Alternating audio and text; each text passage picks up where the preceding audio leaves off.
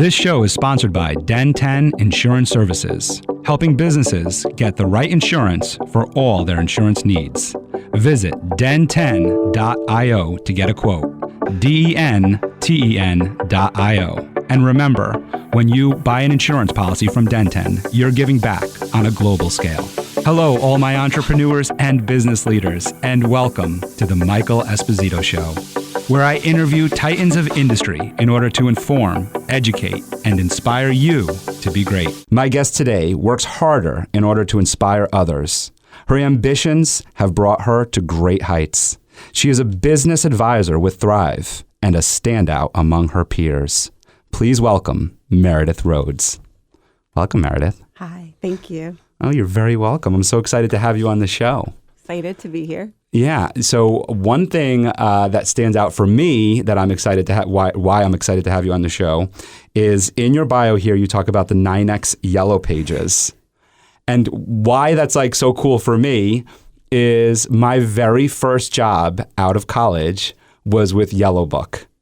So I learned about the Yellow Pages very early on. And I remember my very first interview at Yellow Book, and this is going back 2005 is when I got the job with them. And I remember sitting there with the hiring manager and her telling me about the Yellow Pages and how businesses use them and use them to market themselves, and that the user also thumbs through them to look for things and calls.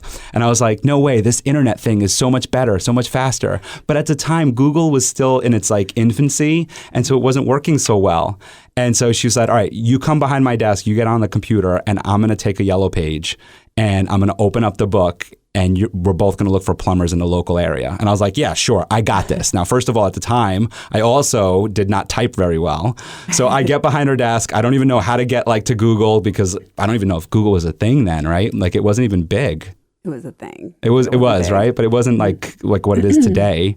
And I remember I'm like, plumbers in Newburgh. And she had already found plumbers. And I was like, all right, I'll take the job. Fortunately, it was kind of like Yellow Pages was at its curve then. It was right on its way down. But it was such a great experience. So I would love to jump into your experience. And we're going to go back to when you first started in the business industry, and what led you to a company like 9X at the time. Because at the time that you got into 9X, it was at its peak, right? Yeah, 1996, I was at an employment agency, and I had no idea really what I wanted to do. I thought I wanted to be a journalist, and then I realized after doing an internship that I didn't want to do that. And then she just handed me this humongous book. It was huge, and she's like, this is it. I'm like, I don't understand. This is free. I don't even understand. What am I supposed to do with this? And didn't even realize that people paid to advertise there. And I started that in telephone sales in Westchester in 1996. And it was the original search engine. It was the connecting buyers and sellers. And in fact, I don't think a lot of people even know this. I believe that we were actually doing the search engine marketing before Google, because we had something like a super pages type of searching. And we had some kind of a search before Google had Google Ads. We were doing that online. Online. Yes. But of course, a lot of it was, the main thing was print, and that's what we were doing, and that was in 1996, and then that company has completely morphed and changed into now we are really a SaaS company that we trade publicly as well, and we're also now in Australia and Canada. So it's literally a different but the same job. It's the same mission. It's that same helping the local businesses. It seems to be a little bit more important now, I feel, because the competition, it's so hard that the playing space isn't really even. Right. And Google's prices, to advertise, especially on Google, it's gone up every day and actually every minute. So, in 2 minutes from the end of this podcast, by the end of this sentence, the Google ads have actually gone up. Got up in price. So it's hard. I kind of want to go back even further now, because you mentioned you wanted to be a journalist. Mm-hmm. So there was this little dream that you had prior to getting into the 9X Yellow Pages. Why don't you share with us a little bit about that background and what made you think about journalism? Was it through your college days, through your high school days? Yeah, I think I liked writing. I liked talking to people. I liked to kind of develop things and stories. And it was kind of fun for me. And I just dealing with the different people, businesses, that was the same. And I was able to take that part. I just think it just, the trajectory of journalism and where it was going to lead me, I don't know. It just didn't seem, I wasn't passionate about it. I didn't feel like I was making enough of a difference. And I think journalism, believe me, is such a noble profession, especially what journalists are going through now. I can't even begin to say, enough about them, but it just wasn't for me. It wasn't my fit. And the only way I knew that was by doing it. What was it about journalism that did intrigue you, though? It was the writing part of it or the storytelling? I think it was that, and then meeting with the people. And I liked meeting with the people. And now I'm meeting with different business owners, several different business owners every single day. And I think it was more of that actual interaction that was more exciting for me than going back and actually writing the story and all that. I think that was not what I expected it to be. So you had done some journalism then? I did an internship at the North County News right in Yorktown, which was great place, but I just knew when I did my internship that I didn't love it. So, and I was like, if I'm going to do something, as a career, I want to love it. So that's so interesting because what I'm thinking about, what's interesting to me is the part that you said where you enjoyed meeting with the people, but then you didn't want to go back and write the story. And that's so common among salespeople, right? Where we love meeting with the client, sitting with them, building rapport, speaking with them.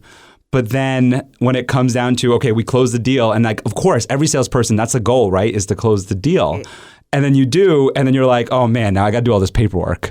And I feel like that's what you're describing in your journalism story. It's kind of that, yes. Is like, you're like, all right, I got the interview, I got the piece, I know what I'm going to write about. And you're like, oh wait, I actually have to sit and write it.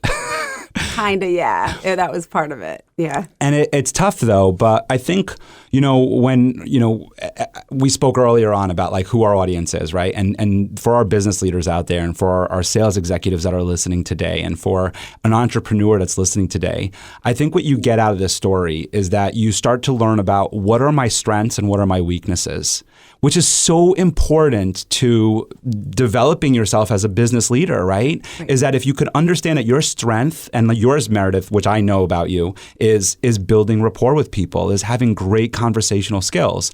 And maybe your weakness, which I'll admit to is my weakness, is going back now and making the notes and taking the time to do all the paperwork. But you know what? What's wonderful about like working at a company like you work at Thryv is that's why you have sales assistants. That's why you have, right? Yeah. Like that's why you have somebody that you can speak with and you can be like, hey, can you take these notes for me? Or for me, I ended up hiring a personal assistant. Same thing. I call up Cecile and I'm like, hey, Cecile, can you take these notes for me? Like I said, for our business community listening, it's identifying what is your strength and then finding the right person to fill in for that weakness, right? Yeah, no, that makes total sense. I don't have an assistant per se, but we do have a team. And so that is very helpful. And, having good management, having a team behind you, feeling supported, I think that all helps as well, definitely. It does, yeah. I kind of want to even go further back now because we talked a little bit about your internship and your journalism. And I know we're going to talk about Thryv. We're going to talk about your business success at Thryv because you obviously have done a tremendous amount of successful work there. What was it like growing up for you? What was your childhood like? What did your parents do? Like, what brought you into this business world? What introduced you to the business world? Because there's so many different ways that we can go, right? And so for some of us, we have this one person. Like for me, I have an uncle who was in the business world, and I always looked at him, Theo Hyman. I'm like, I'm going to be a businessman just like him. Like that's what I wanted to do, and I knew that from a very young age. My sister, we grew up. My father's a PA. My other uncle's a cardiologist. My sister wanted to go into medicine right away. She knew, so she's a nurse today. So when I think about your story, who was a person growing up? Who was somebody that you looked up to that you were like, hey, you know what? I kind of want to be like them. God, I actually never even thought about that. My dad was an English teacher for 30 years in the Bronx. Did not want to do that. Did not want to be a teacher. My mom actually was a teacher for like one semester or 1 year, and she said it was like the worst year. It was not for her. She was a newspaper reporter. She actually has a memoir out, which talks a lot about that.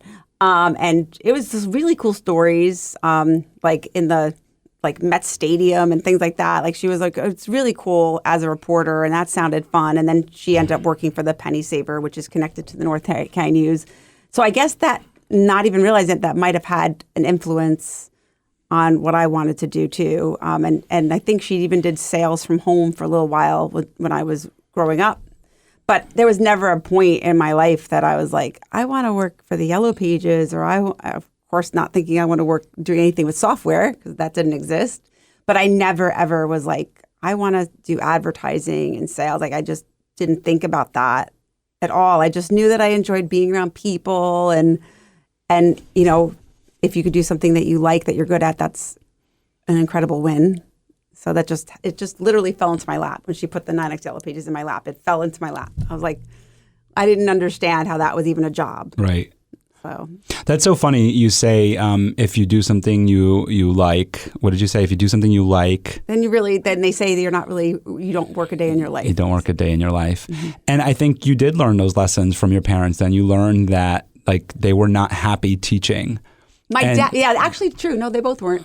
Right. My dad started out happy and then ended up not. So, happy. But it's such a great thing, right? That you learn. So we learn from people's successes, which is wonderful, right? It's a great way to learn. Is like you could learn the blueprint to how to be successful, right? Yeah. You could learn the blueprint in sales of like how to sell a certain product. Right. But it's also good to learn the blueprint of like what not to do. That is such a good point. Right? Yeah, it's so true. And so it sounds like to me that you learned from your parents that like, you know what? I want to find a job that I'm going to be super happy in.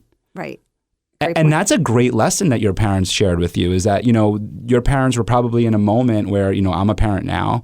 It's a time in their life where they have kids, they have these responsibilities, and they don't see another option out. They don't see that. They see that I got to put food on the table for my kids. And I got to get my daughters to ballet class, and I got to get this done for them. Right. And if I hate my job, so what? Because it's a paycheck. Okay. And sometimes we get caught in this mindset that it's too late, which you and I both know it's never too late, right? You could always change.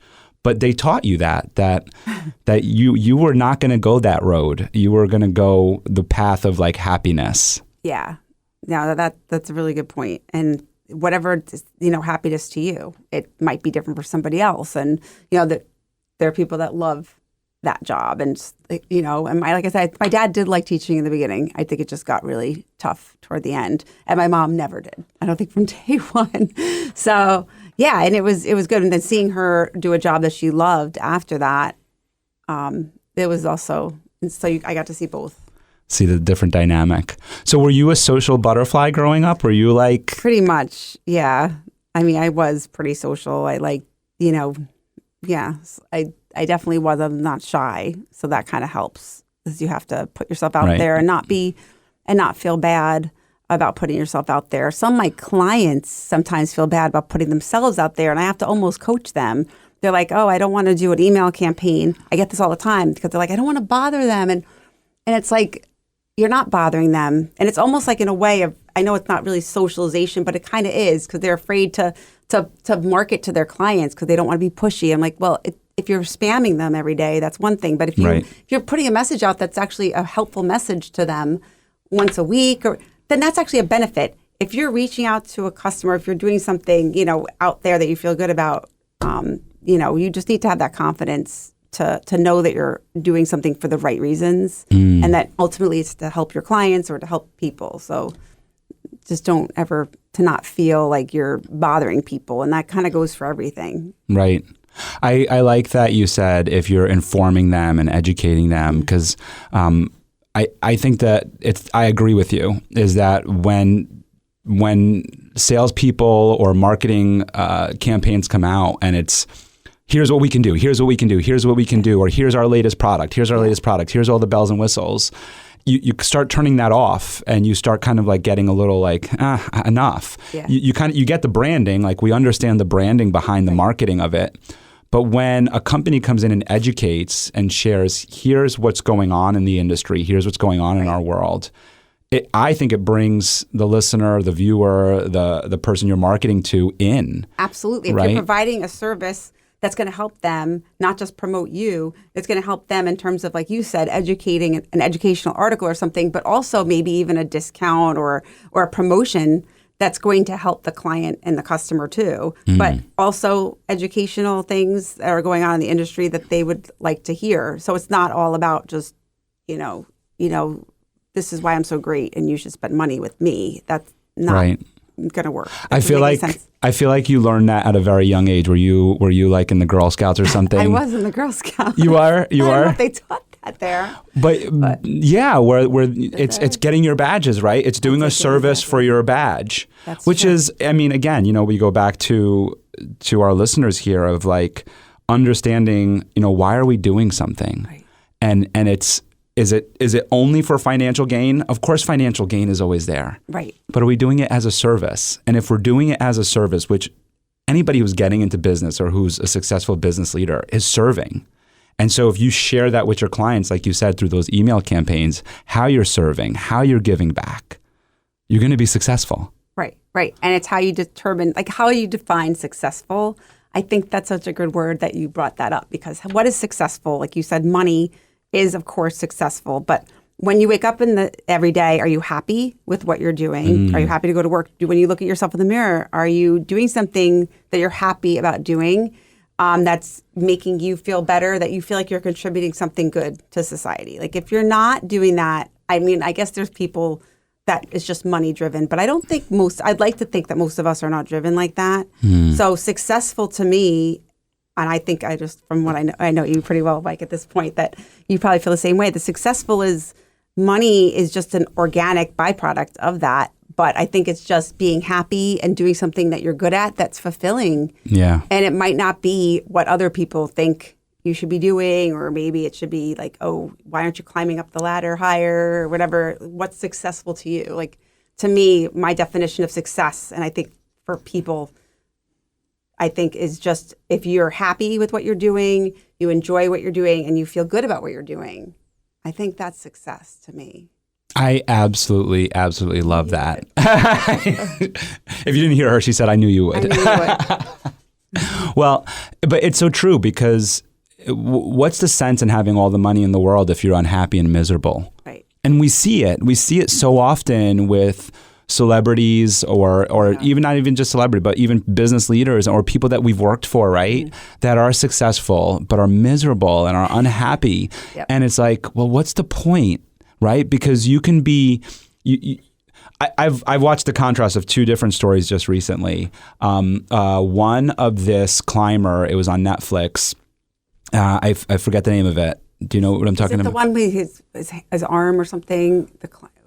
No. Okay. I forget the name of it, and honestly, I don't even want to do like ruin the movie for anybody. Although it's a true story and a documentary, but at a very young age, accomplished so much as a climber, but had almost nothing for it. Like lived in a tent in the forest with his girlfriend.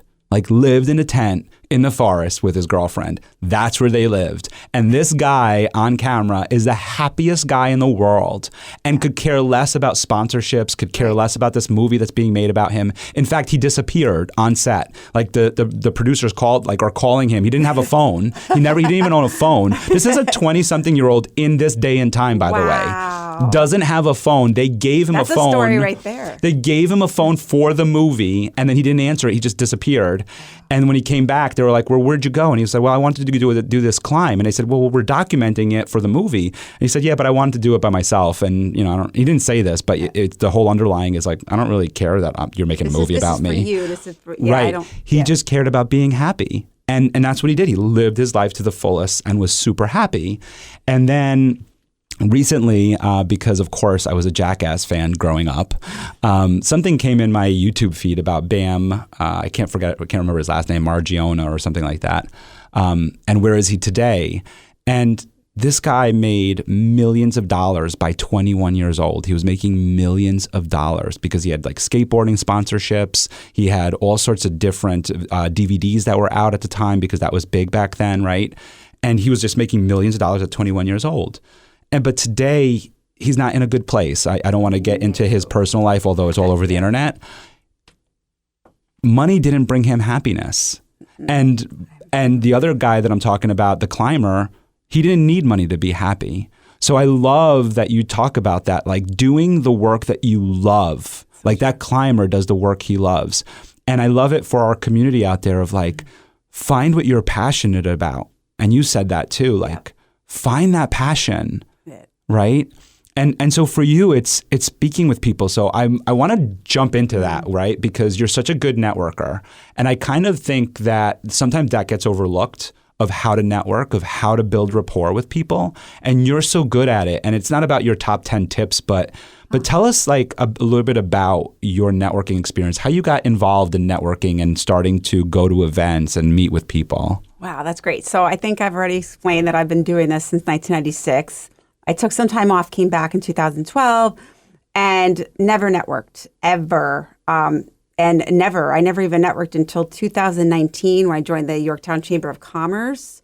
And in 2019, I never thought I had to. I was like, and then I just was like, let me just join the chamber. And I started meeting people and learned that, okay, I might be talking to people that don't know about what we offer and maybe have been kind of struggling on their own doing stuff or paying a lot of different other companies for it.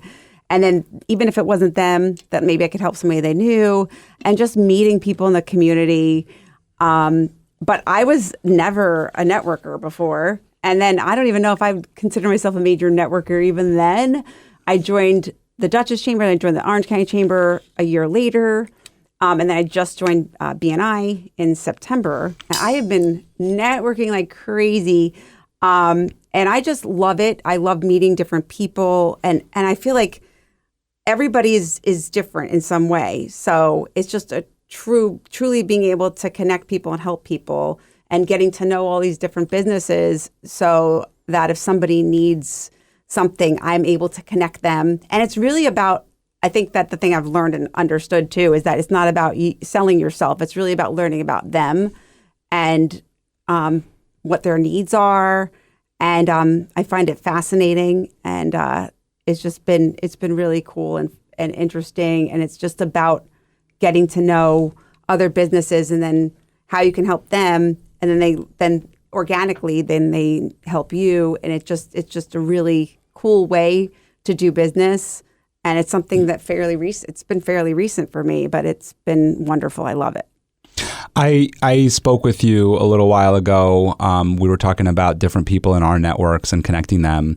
And I made a little networking mistake of saying, well, this person does the same thing that you do, and so they might not be a good connection for you. And you corrected me. And I love that. So I would love for you to share with our listeners why you corrected me. And we don't have to get into the specifics about it, but how your view on connecting people that are in the same industry, that sell the same products, and why it's so important for them to get to know each other. Yeah, and I think, thank you for that. That's such a good question because that's something I've definitely grown and learned a lot in the past year even. You would think if somebody's in marketing or sales, it's almost like, they're so similar. And, I'd rather meet somebody that does something totally different. But I found that the best synergy is with people that are in your similar industries so that you can partner with them because you're in natural conversations with that type of person every day. So if I'm meeting with small growing businesses that are looking for help, whether it's, marketing or organization or just they're doing it all on their own, they need branding. These other marketing companies are also working with similar businesses that have similar needs, but I might not be able to fill all their needs because what I offer is usually it's pretty much an all-in-one. And then if one of my clients wants just one thing, a lot of times we don't offer that. And now I have a whole slew of people that can do, everything from all different kinds of websites and all different kinds of ranges and social media. And then, but then there's people that do what they offer, and it's just out of some businesses' price point. Sometimes it's just the price point is too high, or they need more than just a couple things. They need an all-in-one program, and then they know to refer to me. So it's better obviously for salespeople and sales, but you know who the real winner is? The customer. The client is the winner.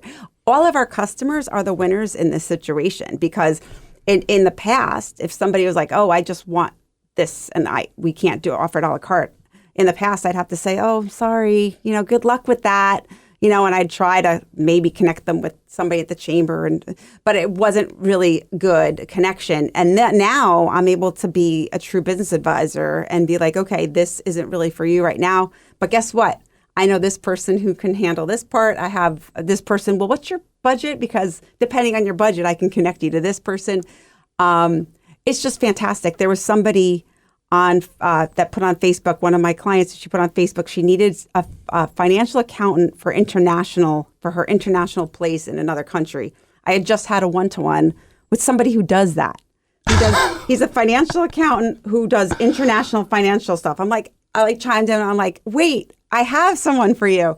And I was able to connect them and help both of them at the same time. So it's just that part's been really cool. And then of course, what goes around comes around, and then they'll think of me maybe if a client is in need of an all-in-one platform and doesn't have a huge budget.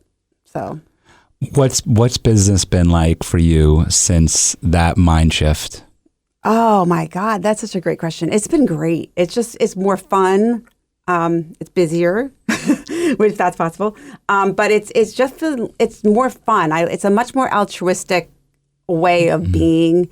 And it just feeds itself. It's just been fantastic. And the customers are happier. I feel like I'm able to send a customer to some place that I feel confident that they'll be taken care of well. And then the people that send their clients to me can feel the same. They know that their clients are in good hands and they can feel good referring me. So business has been great, and it's been that much better of an experience just doing my job.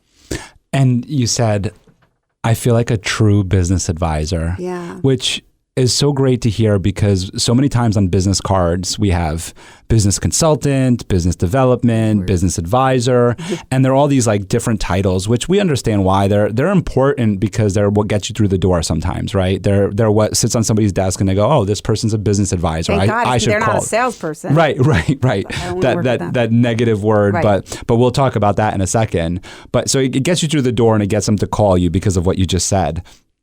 But so many times they're not truly a business advisor, like you just said. And I don't know if I was before. Right. I thought I was.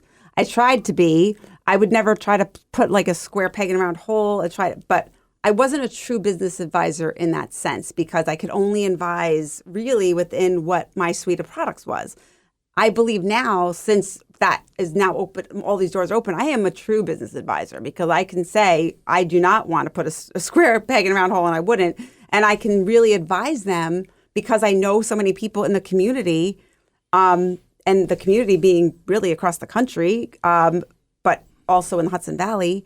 I can advise them really confidently. Right. So that is a great point. Yeah. And it's so nice. Like I've found that too. It took me a long time. Like I said, I started in the Yellow Pages, and I remember in our Yellow Page office in Westchester, there was actually a few people.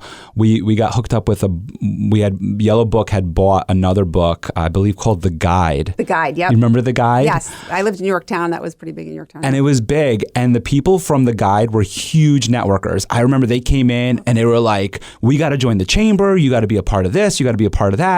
And I was young. I was in my 20s. I was there for a paycheck. Like I had a totally different mindset. And so I didn't care about any of that.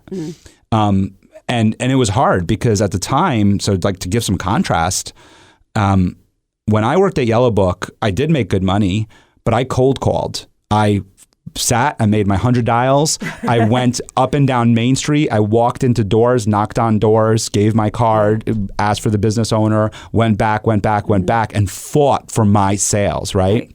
Yep.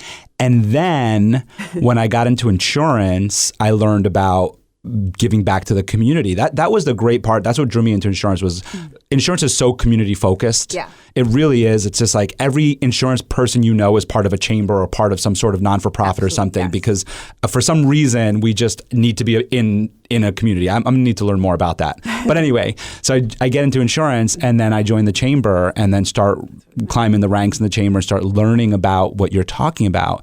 And then all of a sudden I didn't need to cold call anymore. No more. Right? All of a sudden, the doors, like you said, started opening for me when I started building relationships. And another key word, I think, is becoming a connector. Yeah.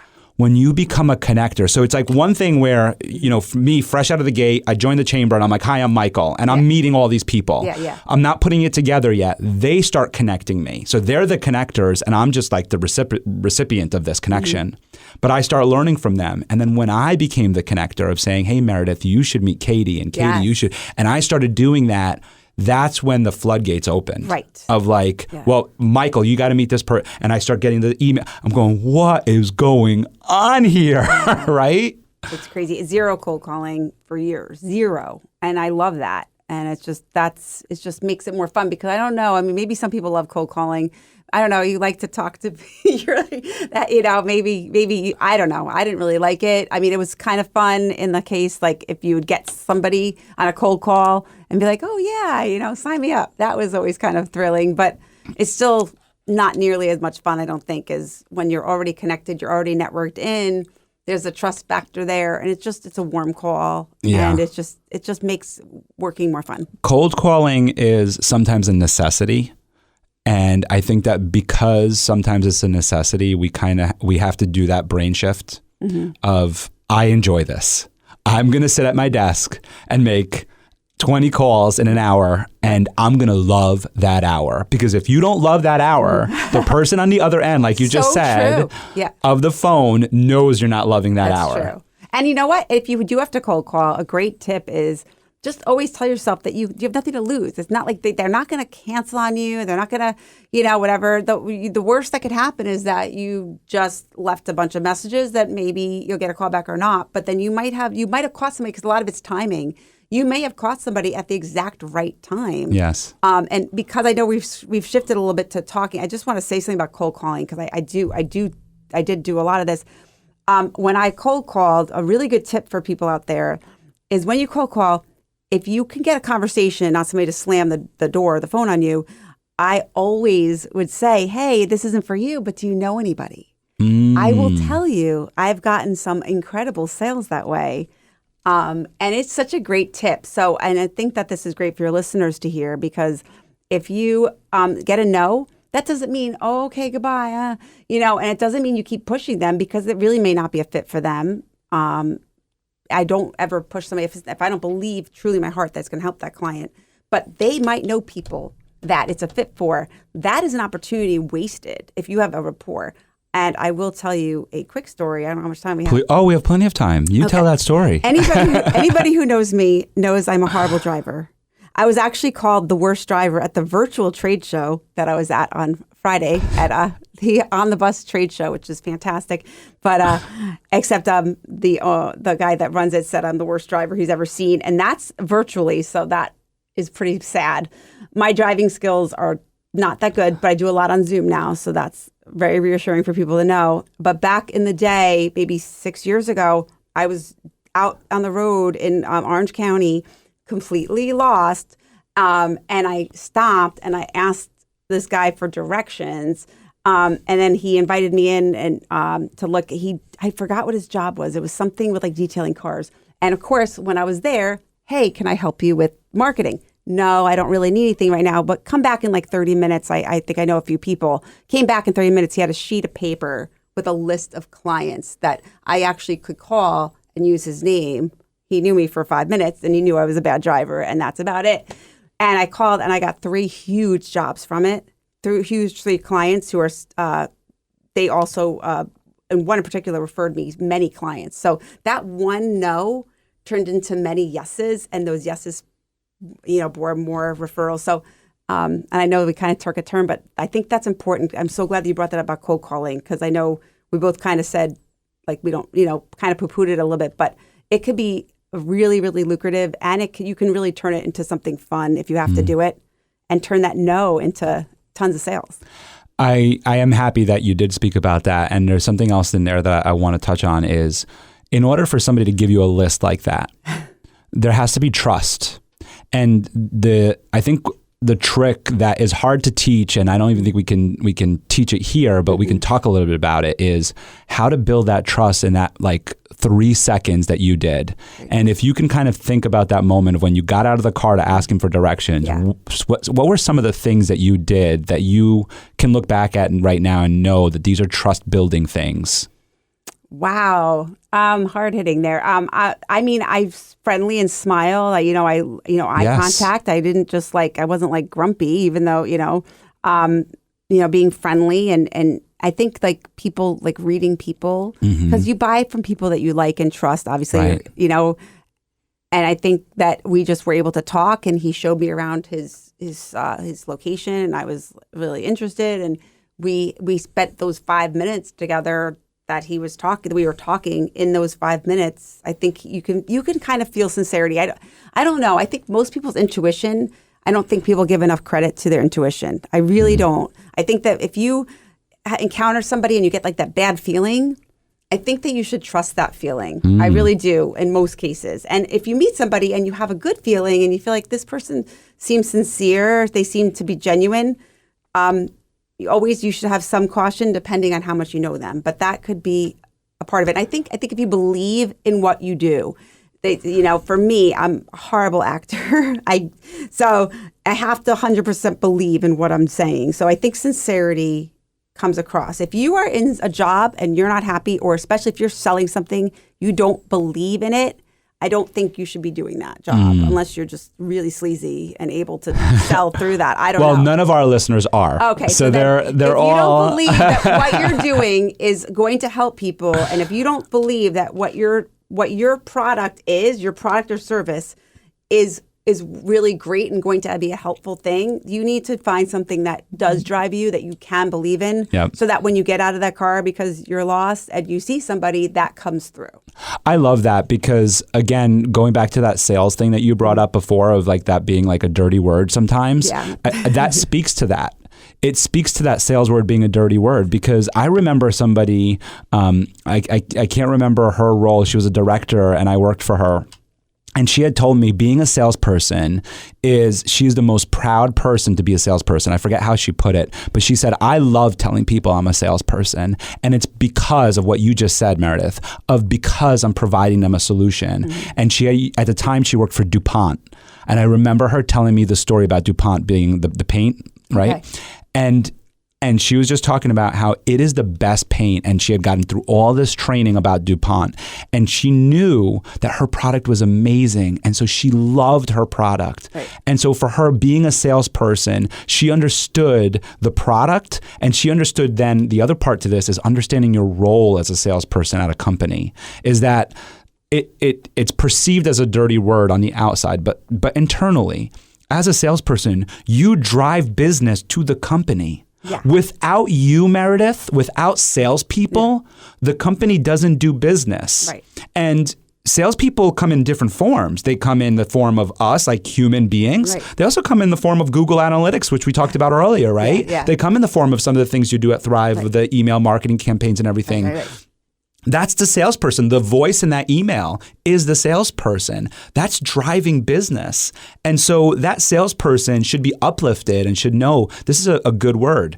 Now, what makes it dirty is what you talked about, is that the people that go out and become salespeople and that are selling a product they don't believe in the product, and it's not really a good product. And you're right, they're putting a square peg in a round hole, or the opposite, whichever way that saying goes. They don't care about the end result. They're just looking at the paycheck. They're just trying to make a sale. But that comes across very quickly, like you said. Follow your intuition when you meet a salesperson that's trying to oversell you or overpitch you. And you feel that, just walk away from them, because that's not all salespeople. Right. Like there's people like you, Meredith, out there that are trying to find solutions, that are trying to connect people. Right. I want to go back to my question to you and kind of highlight a couple things that you said there about how you built rapport in those first couple seconds.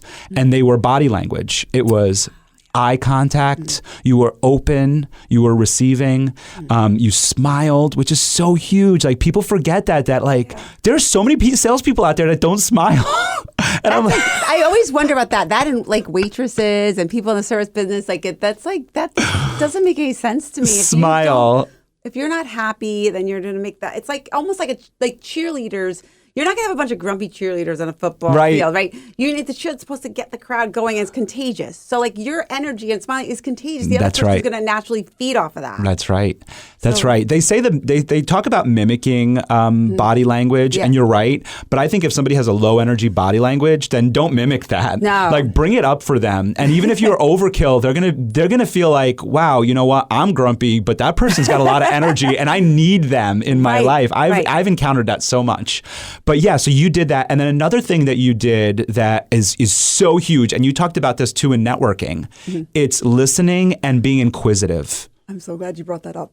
Yeah, because I think running I'm telling people to do a lot of running, not just on the treadmill, but running away from things. If you ever are with a salesperson, the kind of salesperson that gives people a bad name, are the people that are just trying to sell you. And I've had that happen to me too. And it's like, boom, boom, boom, like here, this is why you should buy my product. And it's just such a turnoff. It's just like, like you don't even know me. You don't know if I need this. It's all about listening.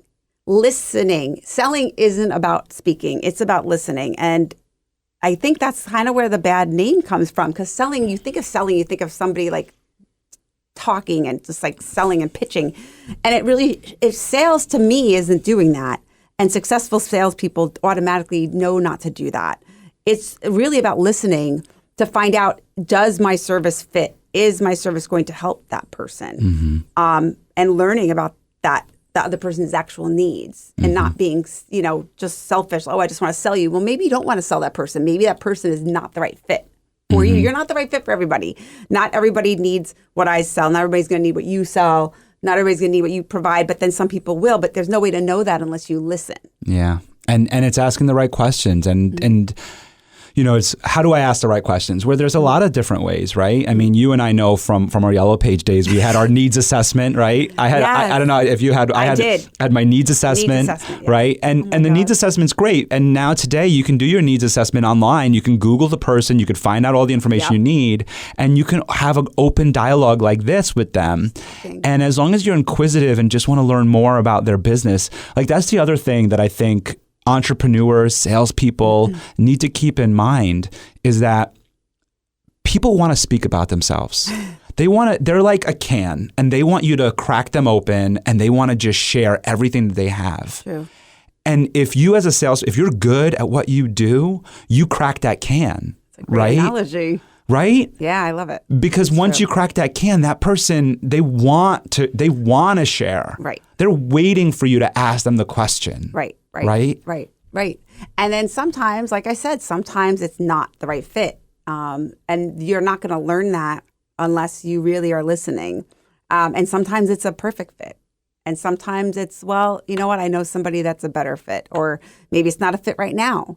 But I know that in a few months we'll come back. Or maybe you need help with this. But that's all through listening and through getting them to open up. So many times through the scenarios that you just painted there, they all come back to you in the sense of, I've had so many opportunities where I met somebody and I didn't do business with them till years later. And I'm talking about meeting people while I was in the Yellow Pages and then doing insurance sales with them. You know what I mean? Like I'm talking about complete different industries because like you said, at the time... They're buying you. Right. And also, but at the time, the product wasn't right for them, right? Right. And then now it is. But you're right. It is. And that's why we do this, right? Is they are buying you. And that's what it's all about. Yeah. And then on the other side of it, it's the connection.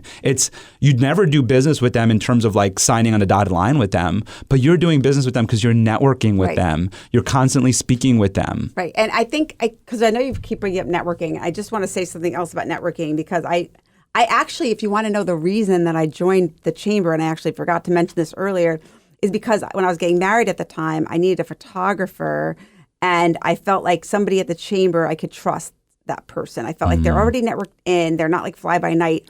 I'm like, well, if I could feel like that, then I bet other people feel like that about. And I how do you know who to trust to, for sales or for anything? So if somebody is in a network, a group, whether it's a chamber, whether it's any kind of networking group where they have to show up, you're more likely to be trustworthy, I feel, than if you're just somebody that's, far away, or, you're not part of any group. And then you could be a shady person. There are bad actors. There are bad characters. So I feel like the networking group and just being with somebody in the community, like, I have to see these people, in the grocery store. Well, the word that comes to mind is social proof. Is that you're in an environment that you can get called out very easily.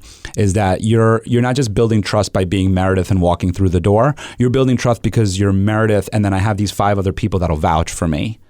And that's part of it, right? Right. And that's what's really nice about being part of a chamber. I'm part of multiple chambers and all sorts of different business associations, and it's part of that community. You become a part of that community, and you meet such great people. Yeah. And like you said, honestly, the bad actors, the bad salespeople, they get weeded out very quickly because they're not able to keep up with it. They're not able, because when you're a part of those kinds of communities of chambers, business associations, non-for-profits or anything, you have to provide more than a service of what you sell, but a service of like volunteering for things, right? You have to give of yourself a little bit too.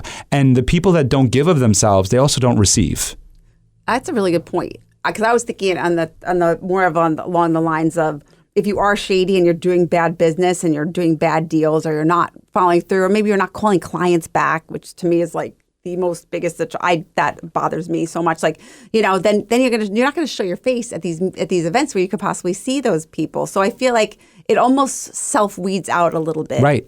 So I would always look for doing business with people that are in some kind of a networking group, because I feel like they're automatically, you have a little bit of trust, just the fact that they're in that group and they're showing their face. Because the people that are not doing the right thing and not treating their clients right, I don't think for the most part are going to be a part of those groups. I could be wrong, but I can't. You'd have to have a lot of, chutzpah, they would say, to be a part of those groups and then do shady things and not call people back or like screw people over, I feel.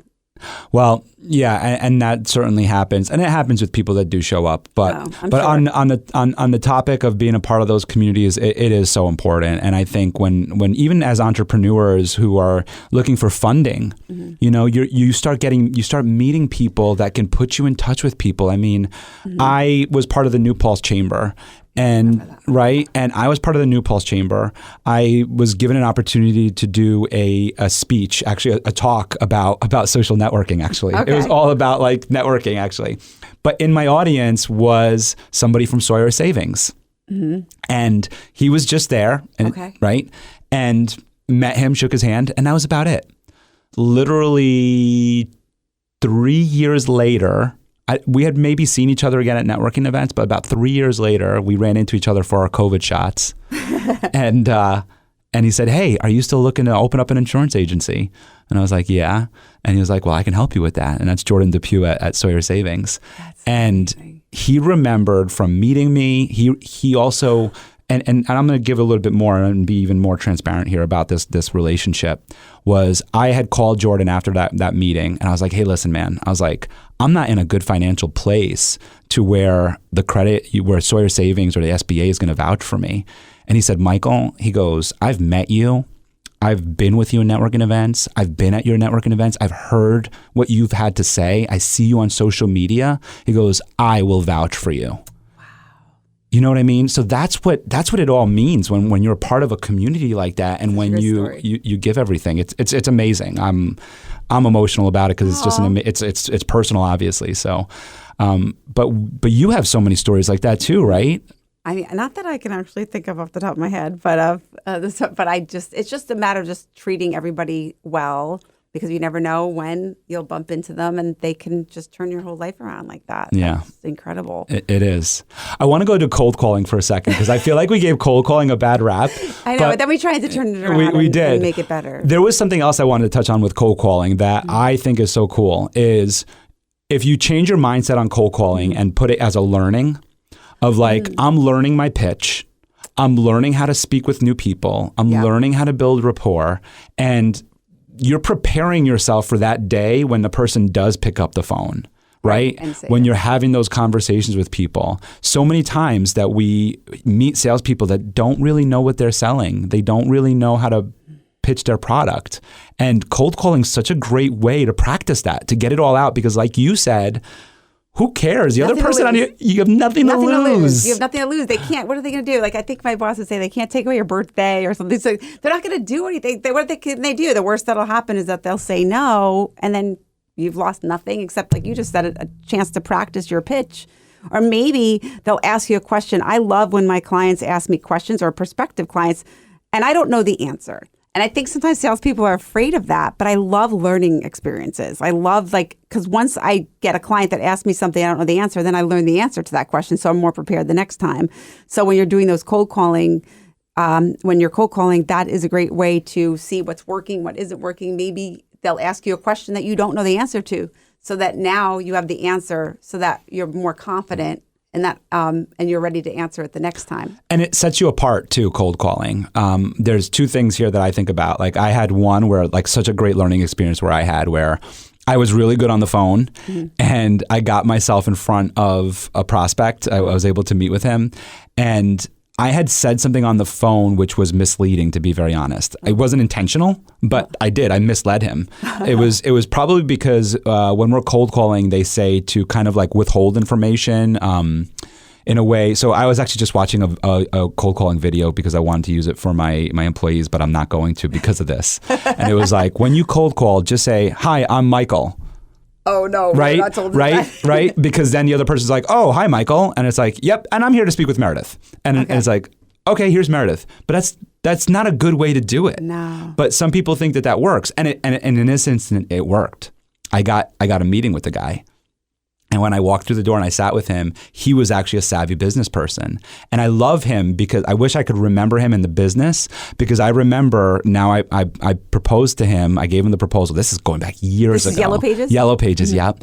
And I gave him the proposal and he goes, "What is this?" And I kind of I forget like everything about it other than the lesson in it, which was he took the paper, pushed it aside, and like looked at me dead in the eyes and was like, "Don't ever do this again." And I don't remember exactly how he said it all, but it was like, when you speak with somebody, like, he didn't say this, but like, be authentic. Right. Be truthful with them. Right. Because I took this meeting with you under false pretenses, pretty much, right? And that was a mistake. And what you're showing me has value to me, so I'm going to purchase it. But he bought it? He did. Yeah. What kind of lesson is this, Mike? No. Well, the lesson is that he's saying to me that well, I had value. Wait. So the lesson is, if you go in under false pretenses, they might buy, but you're going to feel bad once you're cashing that check? No. What we were selling at Yellow Book at the time had value. No, I understand. So it was valuable to him, but I got the meeting under false pretenses. Exactly. No, I got the meeting under false pretenses, and that's what he taught me. Was like, don't ever do that again, because if this product didn't have value, you would never get the sale. You would have never gotten the meeting with me. Right. And so that shifted the way that I cold called after that. And also, it's showing that you don't have enough faith in your product too. That at the time, when you cold call like that. If you cold call like that, you should be proud of your product and not. But that is a funny story. That's not how I thought it was going to end. No, he ended up buying. Threw you out of your office and said. No, he taught me a lesson, because like I thought about that after I cold called, and I did change the way that I approached it, because I'm starting to like recall some of it had to do with whether it was a monthly fee or an annual fee. That's what it was, and I think it had to do with the pricing and how we talked about it over the phone, which you should never do anyway. Right. But anyway. He taught me that, and where after that, when I cold called, I was a lot more smarter about how I spoke with the person. And what it led for me was that when I got the meeting with them, I also clarified, you understand why I'm meeting with you, right? Yeah. Which is so important, because otherwise you're wasting your time and their time. That is such a great point. And actually, this doesn't really have to do with ethics and stuff, but just when you're doing a meeting, as far as not wasting your time or their time, I always try to ask too, is everybody here that needs to be here? Because I'm sure you've had this happen to you too, where you go to a meeting, you do a whole thing, and then you're like, okay, well, the decision maker's not here. I need to speak to my husband or my wife. And it's like, in the beginning, I mean, it doesn't always work, but you always want to have as many people in the meeting as possible, because otherwise then they're going to try to translate the game of telephone to that, it's not going to ever work, that they're not going to be able to answer the questions. And it's hard enough for me to explain what I do myself, and I do it. So I can't imagine. So it's like, yeah. So important to get all the right people in the room. Yeah. Because you're right. Playing the game of telephone does not work. And there's a reason why you have the job that you have, right? To be able to propose the product to them. Right. They don't have that job. They're doing something else. They're a CFO, right? A lot of times it's the CFO of the company. Right. And their job is not to figure out and understand product. Right. Their job is to figure out ROI. Right. And they're just going to tell ROI to the CEO or to the founder or whoever it is, right? That's not what you're trying to do. You're trying to give the vision. You're trying to paint the story of the product and the ROI. Right. So that's really important to make sure you have everybody in the room. I want to just learn a little bit more about Thryv before we start like wrapping up a little bit, because you have been there now 20 years, right? I mean, it's complicated amount of time because then companies change names. I know it also because I did leave for a little while, but so I started in 96. I came at 21. At 21. So my that's an ambitious girl. 21. Then I took time off and came back. So I mean, it's been cumulatively, I mean, like 18 years. I'm trying to figure it out. But yeah. It's been a long time. And you talked about in your bio here about you inspire others by your hard work. And I'm interested a little bit about that. Well, I'm interested a lot about that. It's just in terms of time.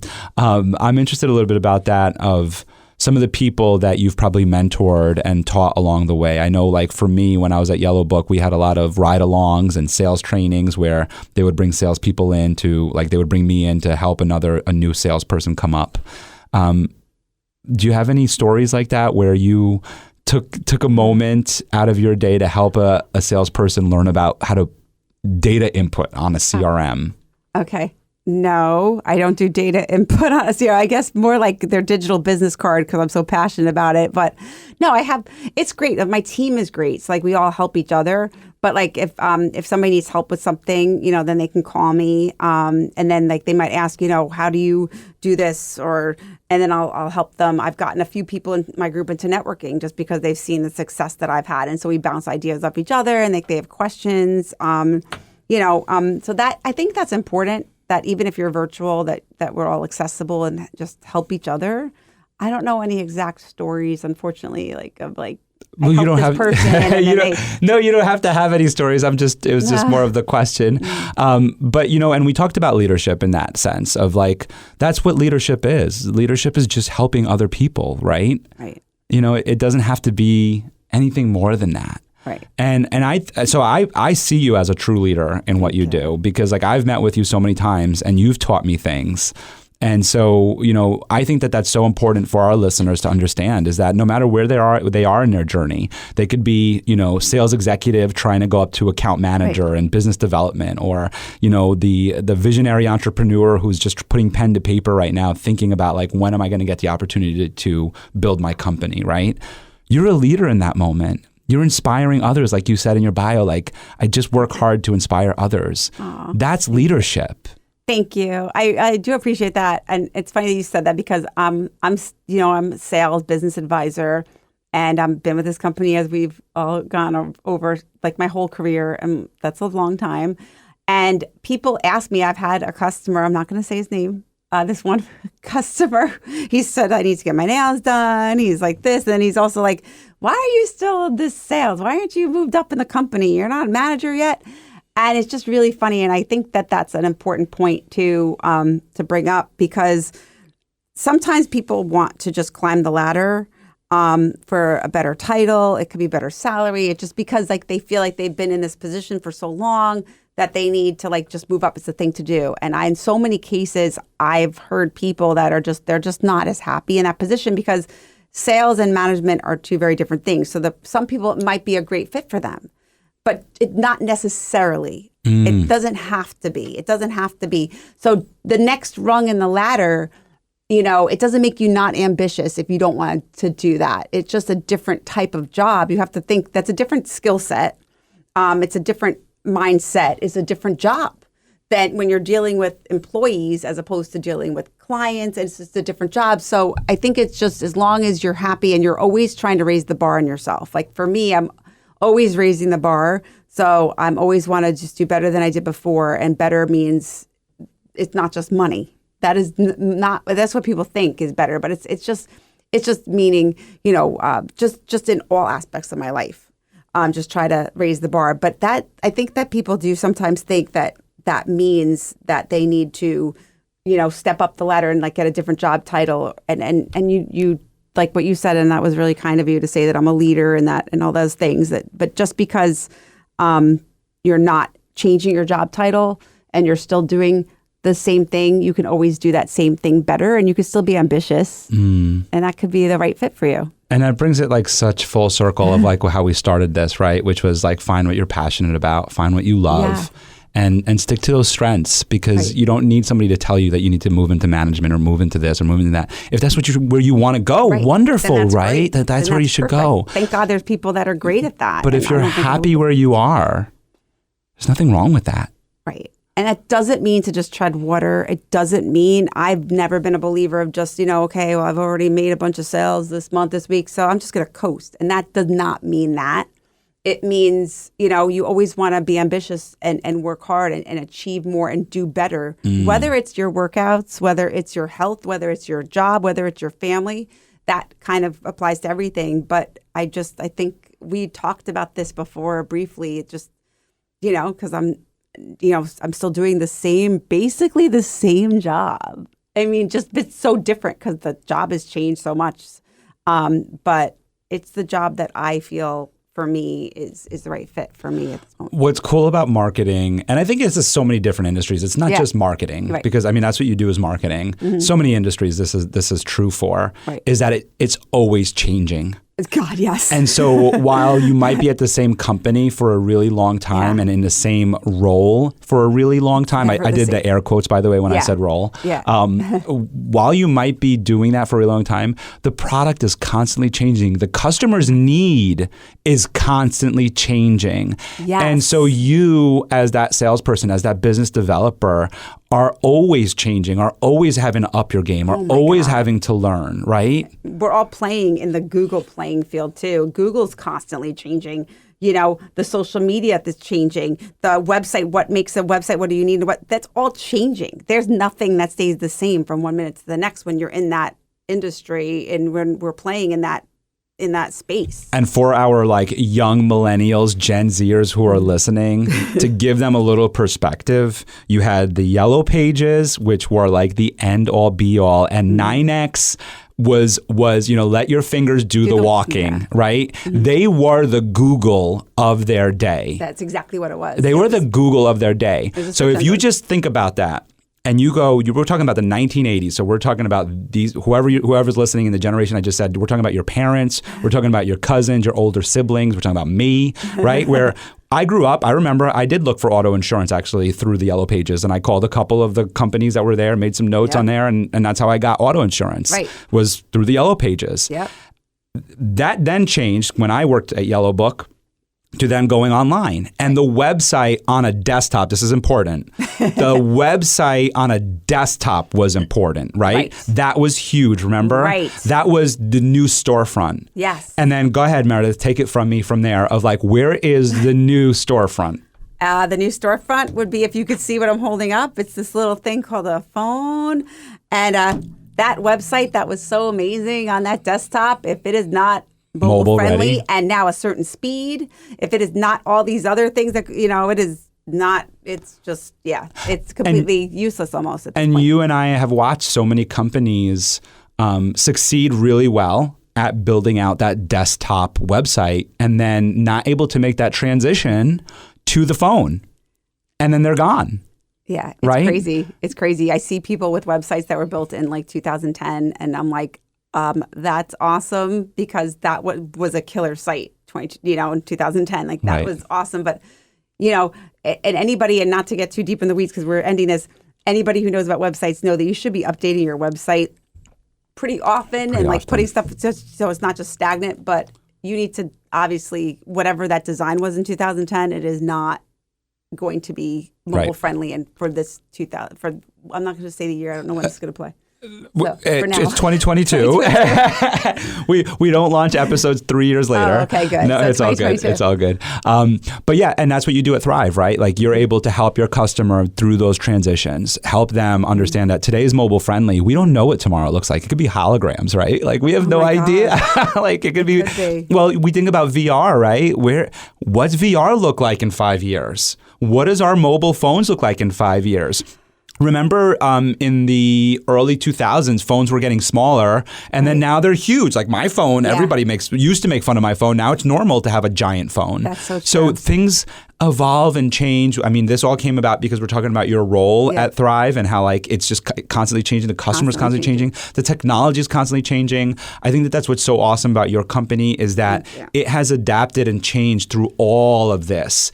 And that's probably why you're there, because you just love that, right? I think that thank you. I appreciate that. Yeah, the company changed, and this was about 7 years ago. And I love the people that lead this company have a vision. That vision really is very customer focused. It was like find a need and fill it.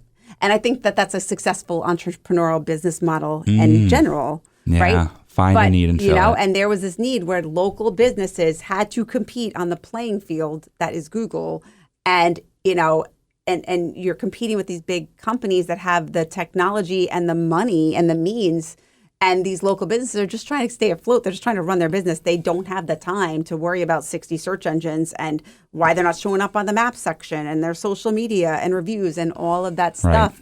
Is like the chaos in their lives that we kind of calm the chaos. And that's kind of... Oh, I love that. Calm the chaos. That should be the new Meredith Rhoades catchphrase. Calm the chaos. Show Emma in my group used it, and I stole it from him. So okay. Well, give him credit. Connector, right? Connector. I give him credit because I stole that, and he's like, we're like a Swiss Army knife. I'm like, I'm going to write that down too. That's awesome. But yeah, calm the chaos. I like that. I do like that. I love that.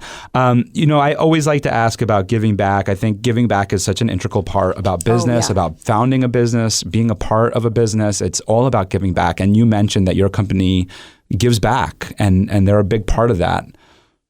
You want to speak to a little bit about that? Yeah, I know that with COVID, we had a huge program where we gave back. And oh my God, I don't have the name of it off the top of my head, but we have done several grants. We have done several give back programs and grants. We're big on grants. Which has been really, really awesome. And some of my clients have actually received them. But it's just been really cool. It's so important, right? That's just the whole mission is just like what's passionate to you too is just giving and like helping and just not. It's about, helping these businesses that are struggling, and then online happened and that they're struggling. And then on top of that, we threw COVID at them, that the COVID was happened on top of that. And it's just been hard for these businesses. Like it's just been really difficult. So we're trying to help with those grants. And then of course, with what we're offering, the whole point of what we do is to, basically, empower them with automation and systems that are affordable with support that they need. So that's kind of nice. So cool. Well, it is so important. So I have one last question for you. Okay. One last question. Okay. This is it. Dun, dun, dun. The lights have just dimmed in the studio. No, but just recently we just celebrated International Women's Day. And as a female business leader, I'm interested, and for our listeners out there, I'm interested to know, what did that day mean for you? What's the significance of International Women's Day for you? Well, the significance of it is just that I think, as a woman, obviously we are told you can do anything. And I really do feel that. I mean, being a woman is not going to hinder you from doing what you want to do. And it's just about being a good person. And I think it's nice to have a day to recognize all of the huge accomplishments of women. I believe, if I'm not mistaken, it was a woman that kind of invented the internet. So it's kind of crazy. So it just makes you really proud. I think it just makes you feel really proud, I have two daughters, and it's who the company's named after. So for me, it's important to me too. Not just because I have two daughters, but I think just knowing that there's opportunity available and that it's for you to seize, right? It doesn't matter what you look like, doesn't matter what gender you are either, by the way. Doesn't matter your gender, doesn't matter your color, doesn't matter anything, just that there's opportunity available and it's for you to seize. And these days, I just had my Meet the Guest, which, by the way, if you're listening, right, we're going to have Meredith on pretty soon on our Facebook Live for the Meet the Guest, where you get to actually see her. But we just did one. And it was actually on International Women's Day. And one of them, Heather Howley, had a really great perspective on International Women's Day and what it means to her as a woman, as a female entrepreneur.